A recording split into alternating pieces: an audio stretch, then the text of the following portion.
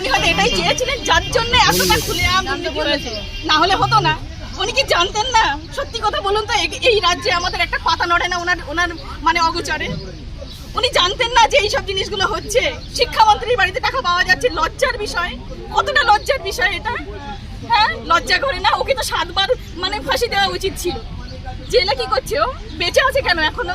কি শাস্তি হয়েছে? ও জেলটা ওর জন্য উপযুক্ত জায়গা নয়। উনি জানতেন না এই এত দুর্নীতি হলো কি করে? উনার প্রশ্রয় ছাড়া কি হয়েছে? তাহলে আমরা কি করবো? বাচ্চাগুলোকে এখন তো জানি না ওদের সামনে কি করে ফেস করবে। বলুন তো, অন্যায় না করে এরকম পরিস্থিতিতে কেমন লাগে? আমি জানি না আপনারা ফিল করতে পারছেন কিনা, বাট আমি জানি না ওদের সামনে গিয়ে কিভাবে দাঁড়াবো। আমি ইভেন বাড়িতেও ফিরতে পারবো না, আমি জানি না কোথায় যাবো। মানে সেই জায়গাটা নেই। বললাম তো, অনেকটা সংগ্রাম করে মানে জীবনের অর্ধেকটা মানে দিয়ে দিয়েছি আমি।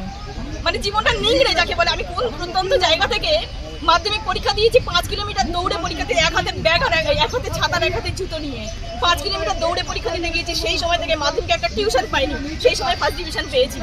ঠিক আছে, গ্রাজুয়েশন পরীক্ষা শিক্ষককে দূরের কথা, ছোটবেলা থেকে বিশ্বাস করুন আমার ফ্যামিলিতে আমার ঠাকুরদা ছিলেন স্কুল শিক্ষক, আমার বাবাও স্কুল শিক্ষক ছিলেন। মানে আমার না রক্তে রক্তে রন্ধ্রে রন্ধ্রে আমার স্কুল হলেই মানে বাবা জিজ্ঞাসা করেছিল তখন বলেছিলাম যে হলে স্কুল টিচারই হবো, আদারওয়াইজ কোনো প্রফেশনে যাবো না, অন্যের বাড়ি বাসন মাজবো।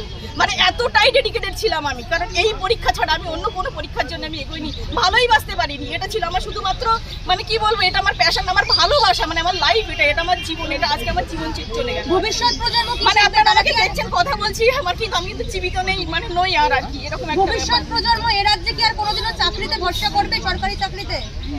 দেখুন, স্কুলে না আমার স্টুডেন্টদের কাছে আমার খুব ভালো নাম, জানেন তো, অনেকে আমাকে আইডল মনে করে। আমি বারিপুর গার্লস হাই স্কুলের টিচার, যাবেন ওখানে জিজ্ঞাসা করবেন শাহানি ম্যাম কেমন। আমি শাহানি নাজনীন বলছি। আমি যখন জিজ্ঞাসা করতাম অনেকেই বলতাম ম্যাম আপনার মতো হবে, করবে না, বুকটা ভরে উঠতো। বুঝতে পেরেছেন? এখন কি বলবো বলুন তো? ওদেরকে বলবো যে ভালো করে পড়াশোনা কর বাবা, অন্তত এই রাজ্যে থেকে কি করে বলবো বলুন? তাদের সাথে দেখা হবে কিনা জানি না, পরের কথা। কিন্তু যেই আসুক না কেন স্কুল টিচিং অন্তত এই সরকারের আমলে জানি না, যদি ভালো কিছু হয় তো হোক, ডেফিনেটলি অন্যদের সাথে এরকমটা না হোক। কিন্তু আমাদের কি হবে বলুন তো? আমরা কি করে বলবো অন্যদেরকে?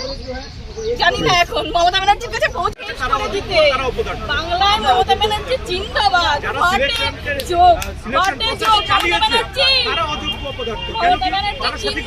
বেঁচে থাকুন এইভাবে আমাদেরকে শেষ করার জন্য। হাততালি আপনাদের জন্য, হাততালি। আমাদেরকে আপনি লাশের পর লাশ দেখবেন, এবার আবার লাশের পর লাশ দেখবেন। এটাই হচ্ছে আপনার মানে কৃতিত্ব। পুরো বাঙালিকে আমাদের নতুন প্রজন্ম আমাদেরকে পুরো শেষ করে দেওয়া হলো। এবার আপনি খুশি তো?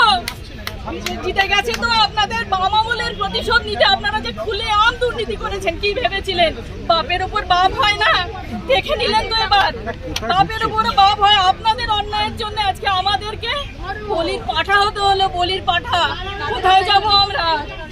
অবশ্যই মমতা ব্যানার্জির ওইসব ক্যাডারদের জন্য।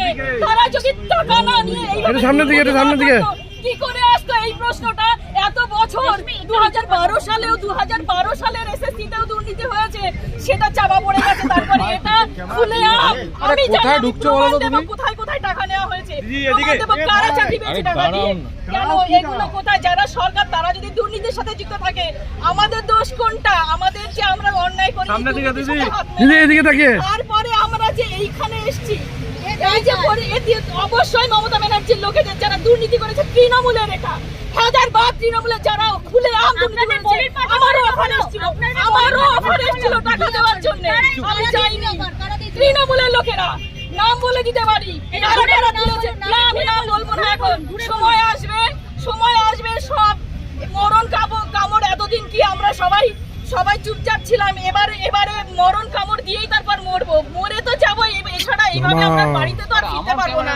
অনেক কষ্ট করে 29 বছর বয়সে এসে আমি চাকরি পেয়েছি। 29 বছর বয়সে এসে 2012 সালে সেই আরএলএসটির পরে এই 19 সালে আবার নিয়োগ হলো। 7টা বছর পর, সে সময়ও দুর্নীতি হয়েছিল, এবারও হয়েছে। এত বছর পরে 29 বছর জীবনের শেষ সময় এসে আর আমরা কি দাঁড়াতে পারি? সারা জীবন কি মানুষ পড়াশোনা করতে পারে? এখন বলছে রিএক্সামের কথা। আপনারাই বলুন তো, পারবেন তো মাধ্যমিক পরীক্ষা দিতে? পারবে তো? ওরা যারা কথা বলছে তারা মাধ্যমিক পরীক্ষা আবার বসতে রিঅ্যাপিয়ার করতে পারবে তো? বেতন ফেরত দেওয়ার কথা বলা হয়েছে। আমি জানি না কিসের কথা বলা হয়েছে। পরিশ্রম করেছি এটা করে নেব।